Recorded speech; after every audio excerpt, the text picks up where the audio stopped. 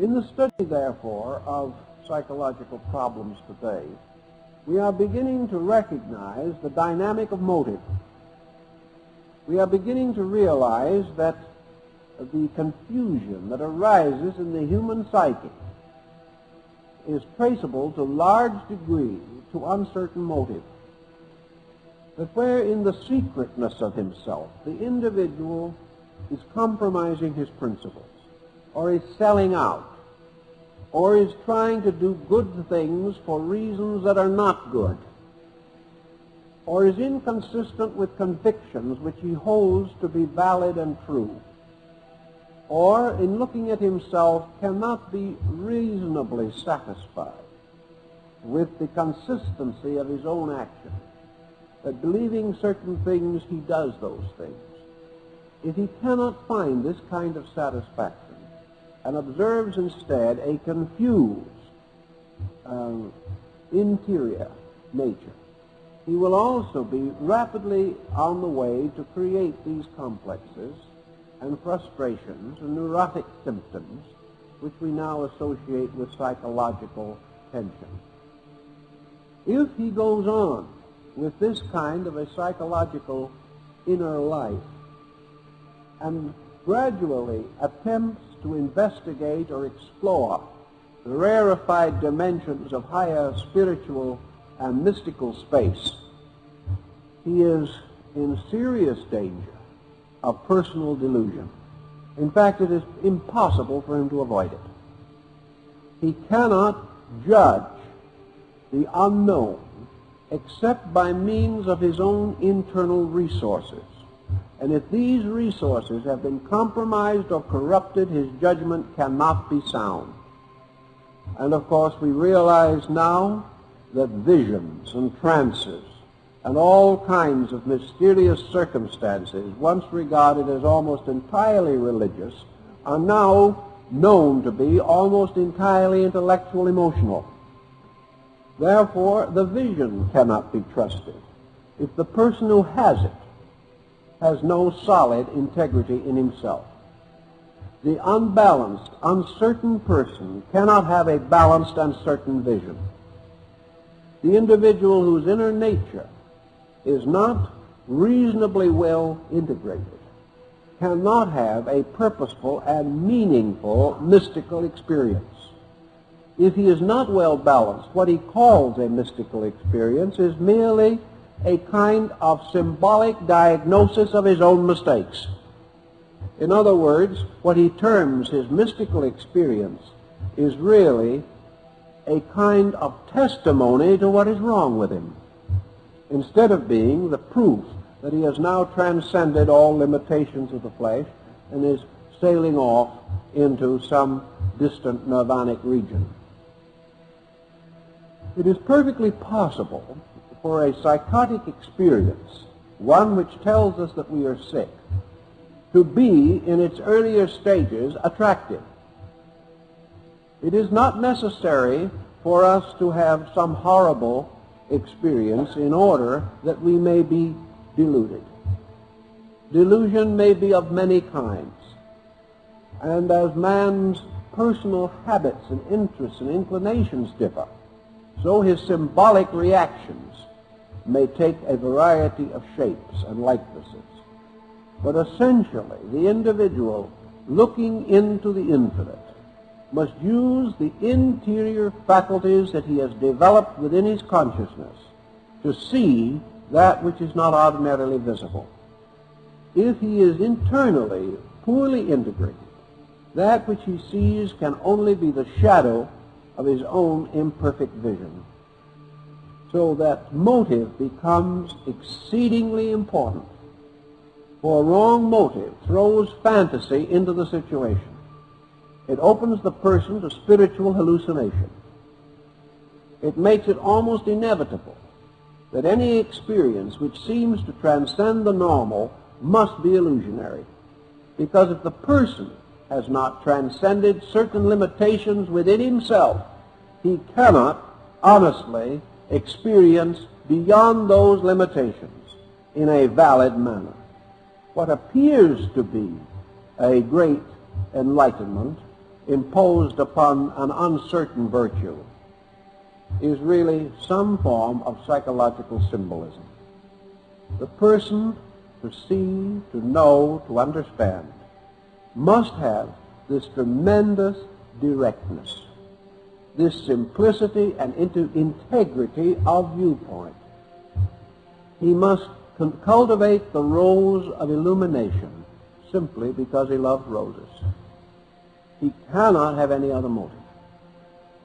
Now, motives are very touchy and mysterious things and become very definitely involved. I've had many people come to me with what they regarded as completely pure motives. They honestly believed that they were the most unselfish, dedicated mortals that ever trod this forlorn planet. Actually, however, it wasn't true. This one individual will say, well, I have no interest in the world except to give my life to the service of something better than I am. It's a wonderful speech, but it doesn't mean anything. And time proved that it didn't. The individual was really loaded with ulterior motives. An analysis would prove very clearly that this person, never having had an opportunity to lead, and having a frustrated superiority complex, was very hopeful of being able to take it out upon the world by giving their life in the unselfish dissemination of their own ideas,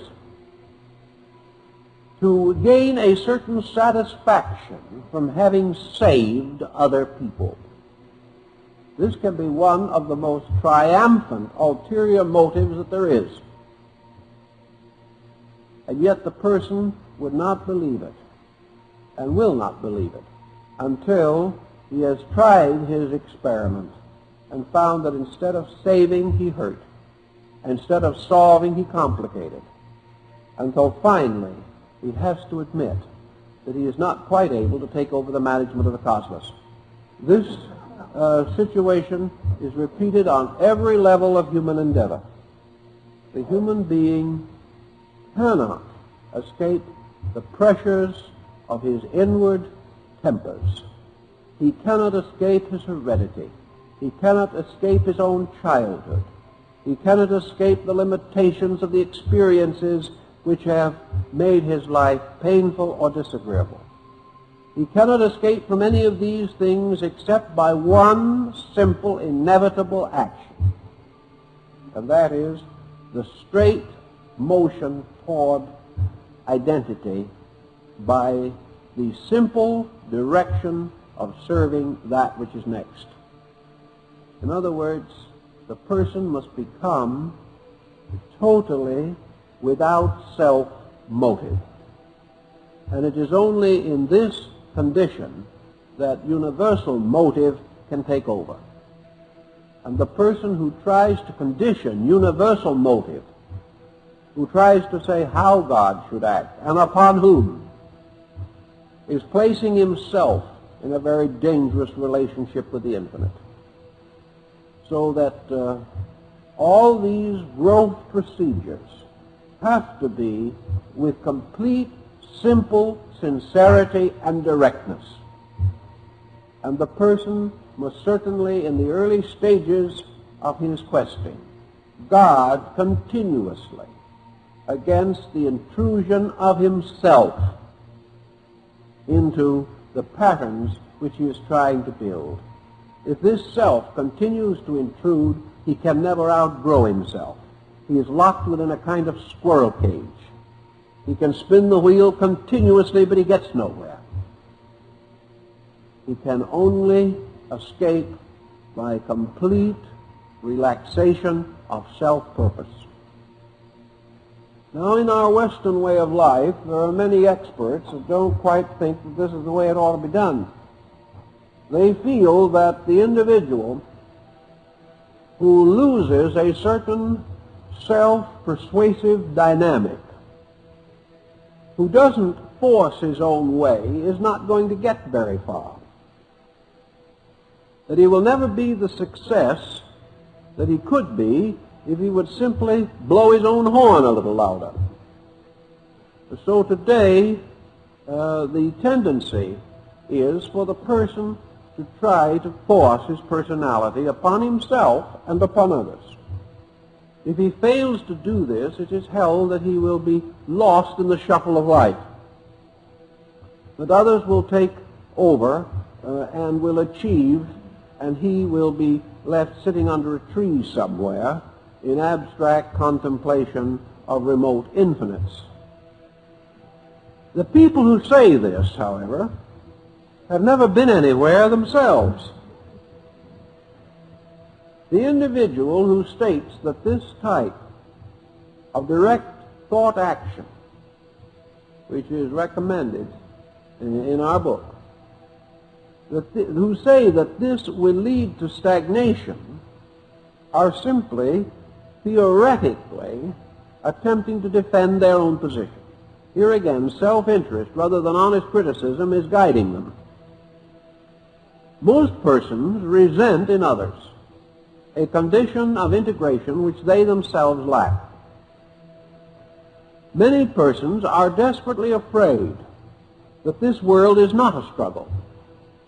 Because if it is not a struggle, then they've wasted a long time struggling, and that's a hard thought to accept.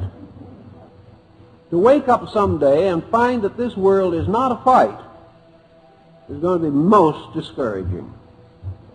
And people might wonder what they've been doing all these years and why they did it.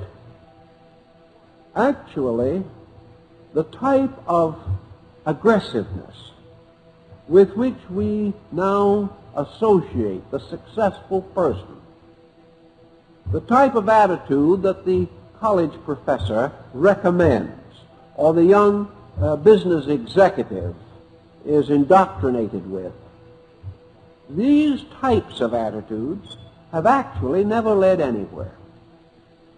They have never accomplished anything beyond a certain immediate pressurefulness.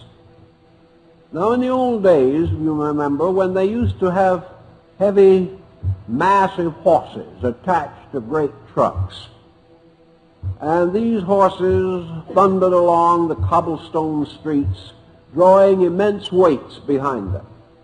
Sometimes these horses would reach a hill. They couldn't quite make the top of it. Then the driver with a whip beat them furiously for no good reason. The horses struggled. Sometimes they fell. Sometimes under the lash they made the top of the hill. This whipping, however, has only one essential end, the death of the horse. And the individual who tries to go over the hill by whipping himself or using a psychology of whipping ultimately defeats himself, because he is forcing a situation which cannot be maintained because it is essentially contrary to nature and natural law. Every so often in history, we come upon a person who has peculiarly exemplified the virtues to which we refer. This person is recognized, perhaps as among the greatest of all mortals. Certainly the tremendous integrity of the man who said, "Love thine enemies, and do good to them that despitefully use you." This man stands as perhaps one of the greatest human beings of all time. The successful, the rich, and the proud have all been forgotten. But he goes on, still stating simple truth, a simple and direct way of life. And men must suffer from their wars and their crimes and their miseries until they find out what he meant and live accordingly. Therefore, it is a mistake to assume that the way of true life is a way of negation or a way of uselessness or a way of failure. It is not. Simple and direct action is the way of success, not only in spiritual matters, but when properly performed, without ulterior motive, but simply because it is right, This same procedure of direct action becomes man's greatest protection in the material world, conserving his resources, strengthening his energies, and making him comparatively non-corruptible in a time when perhaps the true values which he has are more needed than he realizes. It is only when the facts are obscured by emotion and thought, or when the individual claiming direct action or claiming virtue is at the same time exhibiting qualities which are not right, thereby losing the support of example, only then will he be likely to be in trouble. Actually, the simple procedure of direct motion, of simple understanding, moving from within with a minimum of effort, a minimum of exhaustion or extension of energy, the individual moving surely, without doubt, without uncertainty, without confusion, achieves the most with the least wear and tear upon his own resources. Thus, the so-called meditative life, which is not a condition of sitting around in meditation from morning till night, but a life in which all things move quietly from the inside, and by their very quietude become capable of an immense penetration, by their very quietude causing things to be well done, thoroughly done, removing the waste and the loss that comes from thoughtless conduct. The individual moves forward rapidly, but he moves quietly, peacefully. And the principal inspiration of his motion is simply that this is next, this is necessary, this is good. And by gradually eliminating himself and becoming merely the instrument of the action that is immediately needed, the person gains an extraordinary inner strength and also begins to sense the higher meaning of the meditational disciplines and arts. So we can also pass to another element of the story, which is contained in the section also dealing, following motive, and called in the book here, The Fable of the Birds. I'm not going to give you the fable because you could read it yourself, but there is something in connection with the section which is somewhat based upon one of Buddha's dialogues, which I think is also important to us. Buddha wrote in a number of instances in a very curious way in which he makes two statements that apparently oppose each other in the means of answering a direct question. I took certain elements from one of these discourses and gathered them together here, relating to ways in which the experience of truth, or the experience of truth knowing, or inward apperceiving, can be destroyed. By destroyed, of course, we don't mean that truth can be destroyed, but we mean that a peculiar condition within the individual, which might be a channel for an interior strength or an interior extension, is broken up, fragmented by attitudes. And as Buddha points out, nearly all attitudes, when they achieve a certain dogmatic place in the mind, become slayers of the real. Almost any attitude, as the Zen points out, that affirms this or that, in some mysterious way destroys truth by affirmation. Because if we say a thing is a certain way, then we must deny that it is any other way. And we fall into this either-or classification of Aristotle's. And this classification, while apparently highly reasonable, is in most cases destructive, for the simple reason that according to Buddhist thinking, reality alone knows itself. Therefore, the individual attempting to dogmatize upon it is always in trouble. That which is can be defined only by its own nature. And when that which has not achieved that nature defines or attempts to define that which it has not achieved, delusion is the inevitable result.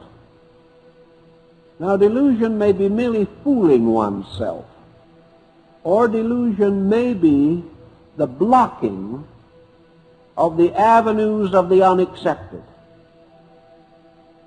It is true that we can take light and break it through a prism into an elaborate spectrum, and we may state extraordinary fondness for one of the radiant colors in that spectrum. And we may take any one of those colors and say, this color is light, or this is the true color of light. But unless we are able to go beyond the spectrum and discover the one light from which all these colors come, we are not in true possession of the mystery of light or of color. Thus we have to be extremely careful that we do not get into certain difficulties. And I have attempted to indicate these difficulties in a paragraph here, from which I will read a few lines and then we will discuss it. Student number 1 destroys truth by declaring that one must practice yoga to discover it. Student number 2 destroys truth by affirming that he can discover the real through the intensive study of chemistry. Student number 3 destroys truth by taking mathematics as the key to universal knowledge. Student number 4 destroys truth by maintaining that it can be discovered by the practice of the austerities. Student number 5 destroys truth by insisting that reality can be achieved through pilgrimage. Student number 6 destroys truth by declaring that understanding can be won through contact with holy relics. Student number 7 destroys truth by maintaining that it can be discovered in books. And student number 8 destroys truth by declaring that it cannot be discovered in books. Now, the point that Buddha tells us, of course, is this. Buddha says that man blocks himself by saying, by studying the teachings of the Buddha, I shall achieve nirvana. He is wrong. Another man says, by not studying the teachings of the Buddha, I shall achieve nirvana. He is wrong. The point that is underlying all of these things is not that mathematics won't help. Many great souls have gone far by mathematics, but the experience that they achieved was accidental to them. In other words, they had not cultivated mathematics for that purpose. But through the cultivation of mathematics for its own sake, they had discovered something. Therefore, it is not the study, but the affirmation of the relation of the study to the result that becomes the secret of the disaster. It is the person trusting his spiritual destiny to his own decision, or by attempting through some familiar line of thought by which he is more acquainted with one form of knowledge than another, to declare that by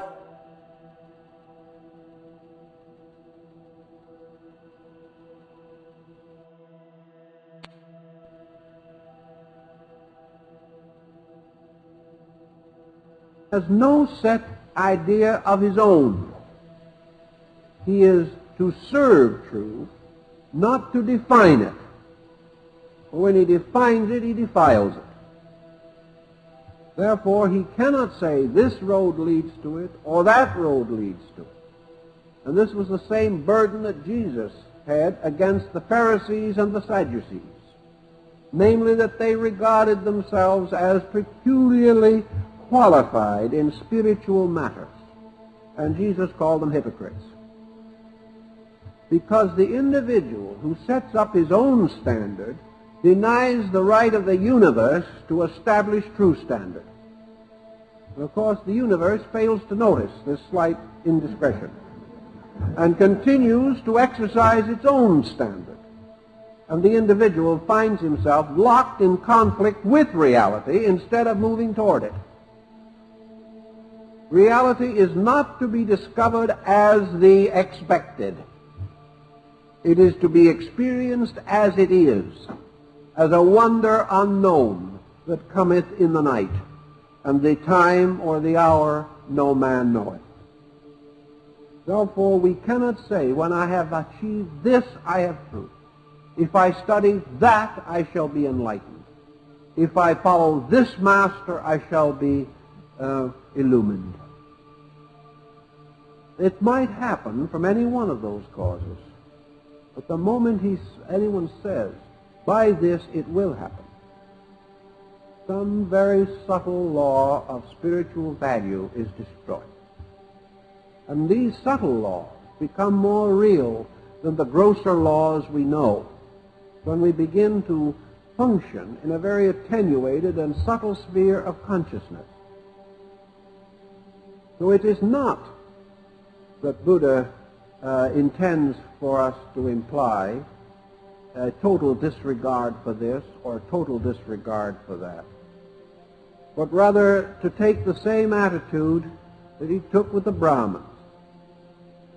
If a wise man says there is a God, I agree with him. If the wise man says there is no God, I agree with him. Because actually, the moment we lock ourselves in disagreement with the wise man, we become about as stupid as any human being can be, because we can only do this on one assumption, that we know more than he does. And we end up by trying to affirm that we know more than God does, and this always ends in embarrassment. Therefore, we cannot, with the faculties that we possess, say this or that. All we can do is to seek with everything we have for the good that surpasseth understanding. And if we lock our minds in this religion or in that religion, then we are in trouble. It is not that the religion may be wrong, nor is it true that the religion will not lead us there. But the moment we say, this and no other will lead us there, or lead me there, we are then dogmatizing over something we do not understand. And we are not illumined, but heavily creed-bound, with certain dogmas that are forever getting in the way of our own growth. Therefore, we notice in the world several kinds of people. People who are very sure of everything, and usually very uncomfortable, unhappy, unadjusted. The individual who passes judgment continuously is one who has experienced little. The more we become acquainted with value, the less certain we become of anything except the ultimate fact of value. If we walk one path, it is the only path. But if we sincerely walk two paths, then there are two paths. We have experienced them. And if with a certain charity of consciousness we walk one path and wish well to another man who is walking another path nearby, then we share in a common understanding. But all paths walked by the righteous lead to righteousness. And it is not the path, but the one who walks it, that determines whether or not the goal shall be achieved. The worst religion in the world can lead the good man to heaven, because it cannot corrupt the good man. And if it corrupts him or corrupts anyone, it is because they are weak, not because they are good. The true person cannot be deceived. because he will take any symbol that is presented to him and interpret it in the term of truth. On the other hand, the truest symbol in the world presented to the person who does not have this understanding cannot reveal to him the fact. It is a very subtle thing, but it is something that every truth seeker has to work with in his own experience. This experience of realizing that reality is everywhere, and that the good man is ever near to it, regardless of what he believes. And the person who has bound himself by intellectual limitations is among the furthest from it. He is not as near as the simple aborigine or the small child, because these others, the child and the aborigine, have directness, have simplicity, and have that kind of insight which is denied the person who has destroyed his own insight by artificial sophistication. So I think the lesson that Buddha teaches us on that point is very worthwhile and has much to do with the achievement of well-being. Now, there is another section in here which I also think is very important, but we pass over it rather lightly, and therefore I'd like to bring out certain additional material in relation to it. We mention in here the 4 caste systems as they were taught and understood in India. And we divide, for this purpose of this meditation study, existence as we know it into 4 lokas, or regions, guarded over by the 4 kings of the corners of the world that are called the Lokapalas. These 4 regions are called the sacerdotal sphere, the administrative sphere, the economic sphere, and the sphere of crafts and trades. Now, these are the 4 castes of Hinduism. And this division, whether we recognize it or not, is not an arbitrary bit of Hindu theology. It is an obvious and inevitable division of society. A society which divides instinctively into levels. Now, the growth of man in the course of ages has gradually resulted in the loss of clear lines of demarcations between these levels. There was a time when a man was born into one of these castes, and in this he remained as long as he lived, and his sons and their sons after him. But with the passing of time, the general elevation of the state of man has resulted in the human being inhabiting 2 or more of these castes simultaneously. He has not necessarily broken through the caste system, but he has achieved a status which enables him to be in more than one sphere of activity at one time. And also, to go back to the statement that we first made prior to this, namely, these 4 states or conditions used to have very arbitrary religious and philosophical meanings, and it was assumed that only the Brahmin or the administrator could hope to attain to enlightenment. Buddha broke through this barrier with a tremendous crash in the 6th century B.C. And while the times and circumstances have shifted in Asia, the whole world has now also broken through this concept and has come to the final conclusion that due to the natural circumstances of living, average persons are arranged in these groups, but that these groups are no longer walls or barriers, they are roads and bridges leading to a certain distinct and purposeful end. Perhaps one of the most interesting points, for instance, is this consideration of the 4th state, class, caste, or sphere, which we mention here as the sphere of the crafts and trades, involving labor, production, also the agriculturist, the craftsman, the mechanic, and these phases of human life. Now, this is no longer what it used to be. Up to the 17th century of the Christian era in Europe, there was no difference in the words which now stand for artist and artisan. The word artist, as we know it today, did not exist. That word is less than 300 years old, as having any meaning apart from artisan. In other words, a man who was an artisan might put a good sole on a pair of shoes. In the 16th century, he could be indiscriminately referred to as either an artisan or an artist. We had no division between these. In the development of folk arts and folk crafts today, the same situation presents itself. Some of our most marvelous creative activity today is on the level of crafts and arts, rather than on the level of the great superior forms of knowledge that were once regarded as sublime.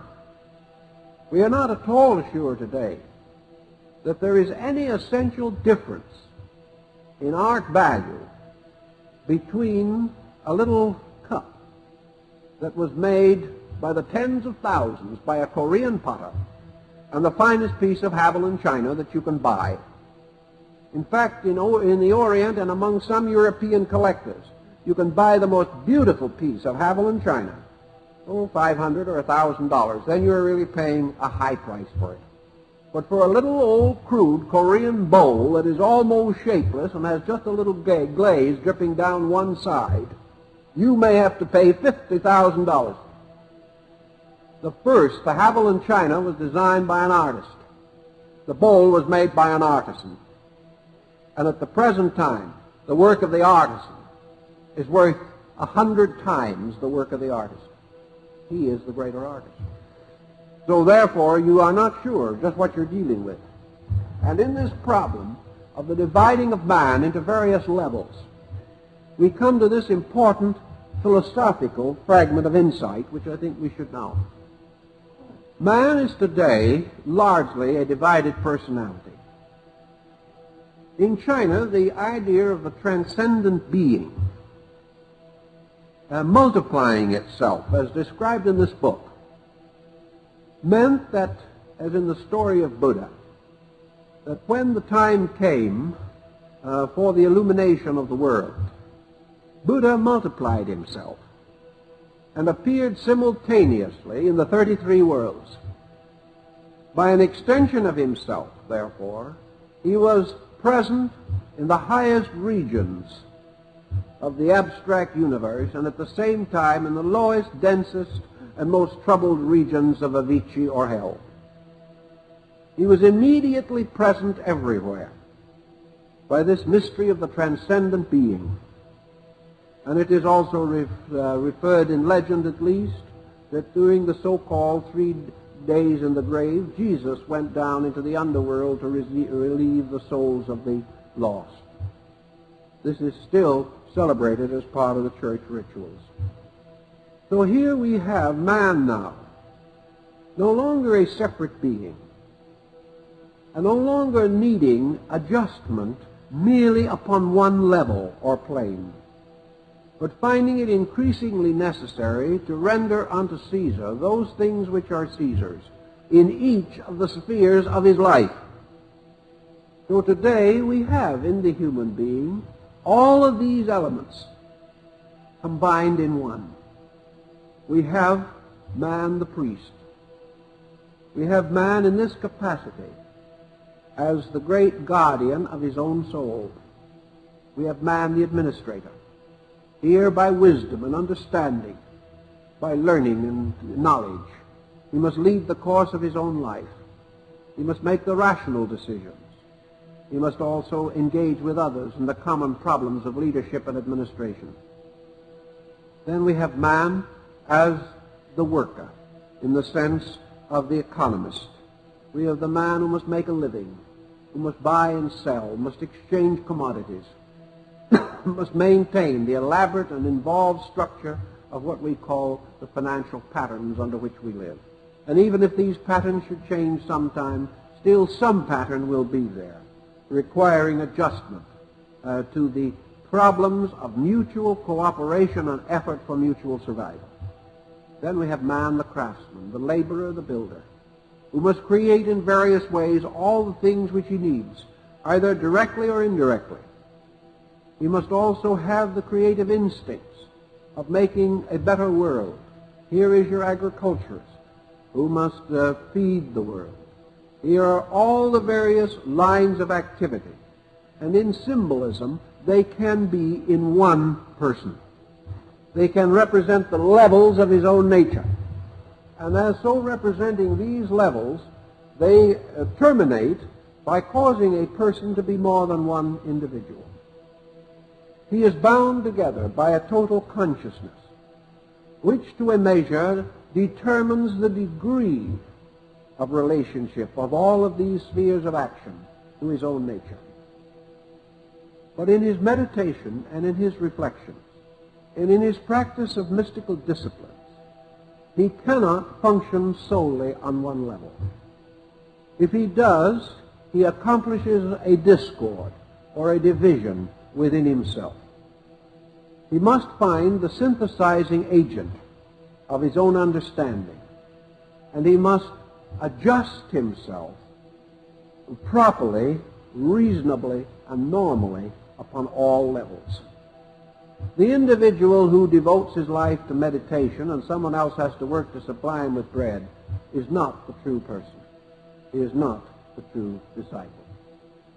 The individual who does not assume all of the reasonable duties which are involved in life, but thinks of spirituality as an evasion of these duties, or an escape from them, or that by holiness he shall escape the need for these adjustments. This person is following, of course, the old ascetic ideas of ancient Hinduism and even primitive Christianity. But he is not following the doctrine of the Pure Land. He is not following this concept that gradually took over, that the person has to bring all of himself into a kind of normal or proper integration. Integration must therefore be a fulfillment of the person rather than an effort of the person to escape from level to level, to leave behind that which is unpleasant or uncomfortable in some region where adjustment has not been attained.